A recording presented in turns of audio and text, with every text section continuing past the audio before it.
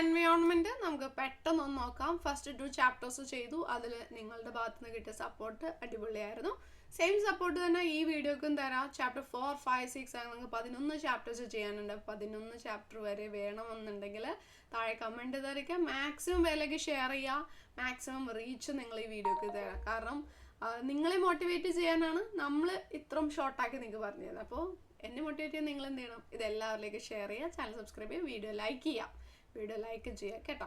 Okay, business environment full അല്ല നമ്മൾ നോക്കുന്നത്, ഏറ്റവും ഇമ്പോർട്ടൻ്റ് ആയിട്ടുള്ള ടോപ്പിക്സ് മാത്രം.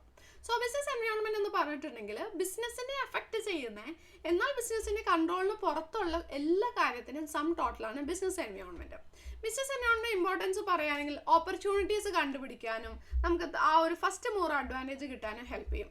അതുപോലെ തന്നെ എന്തെങ്കിലും ത്രെറ്റ് ഉണ്ടെങ്കിൽ അത് കണ്ടുപിടിക്കാനും അതുപോലെ ഏർലി വാർണിംഗ് സിഗ്നൽ തരാനും അത് ഹെൽപ്പ് ചെയ്യും. റിസോഴ്സസ് നല്ല രീതിക്ക് ഉപയോഗിക്കാനും മാറി വരുന്ന മാറ്റങ്ങൾക്കനുസരിച്ചിട്ട് കോപ്പ് ചെയ്ത് പോകാൻ വേണ്ടിയിട്ടും ദെൻ പ്ലാനിങ്ങിനും പോളിസി ഫോർമുലേഷനും പെർഫോമൻസ് ഇംപ്രൂവ് ചെയ്യാനും ഇത് ഹെൽപ്പ് ചെയ്യും. ദെൻ ഡയമെൻഷൻസ് ആണ്, 5 ഡയമെൻഷൻസ് ആണ് നമുക്ക് പഠിക്കാൻ വേണ്ടിയിട്ടുള്ള എക്കണോമിക് എൻവയോൺമെൻറ്റ്. എക്കണോമിക് എൻവയോൺമെൻറ്റിൽ എന്തൊക്കെയുള്ളത്? Interest rate, inflation rate, disposable ഇൻകത്തിലെ മാറ്റം, stock market indices, value of rupee ഒക്കെ.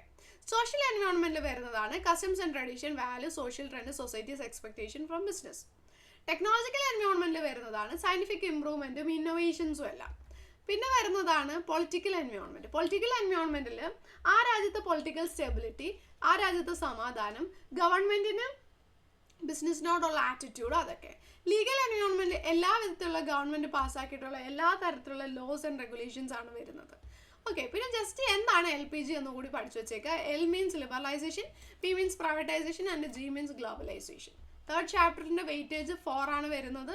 അപ്പോൾ അതിൽ ഇമ്പോർട്ടൻ്റ് ആയിട്ടുള്ള ടോപ്പിക്സ് നമ്മൾ കവർ ചെയ്തിട്ടുണ്ട്. Hope video is helpful. എല്ലാവരിലേക്കും മാക്സിമം ഷെയർ ചെയ്യാം. താങ്ക്